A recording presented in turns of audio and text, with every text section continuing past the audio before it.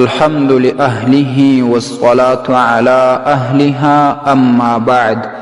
معززو یو ورور پوښتنه کړې ده چې پر هلک او یا انجلۍ باندې په کوم عمر روژه فرض کیږي؟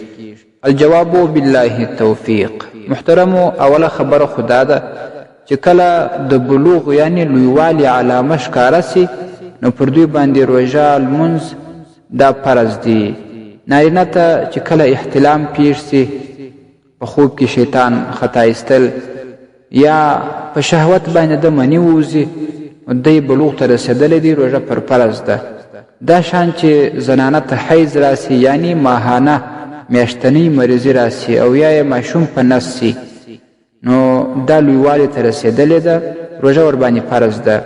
که چیرې دا علامې معلومې نه سي، بیا د دوی دواړو لپاره 15 کاله عمر شرط دی چې کله دوی 15 کاله ته ورسیږي بیا هم نارینه ته احتلام نه پیښیږي، ښځې ته ماهانه مریضي نه پیښیږي، نو روژې ورباندې فرض دی.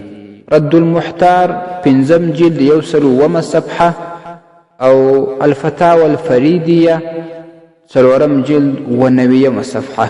السلام علیکم ورحمة الله وبرکاته. ستاسې د اسلامي پوښتنو جوابونکی مفتی حکیم الله صابر الحنفي صاحب.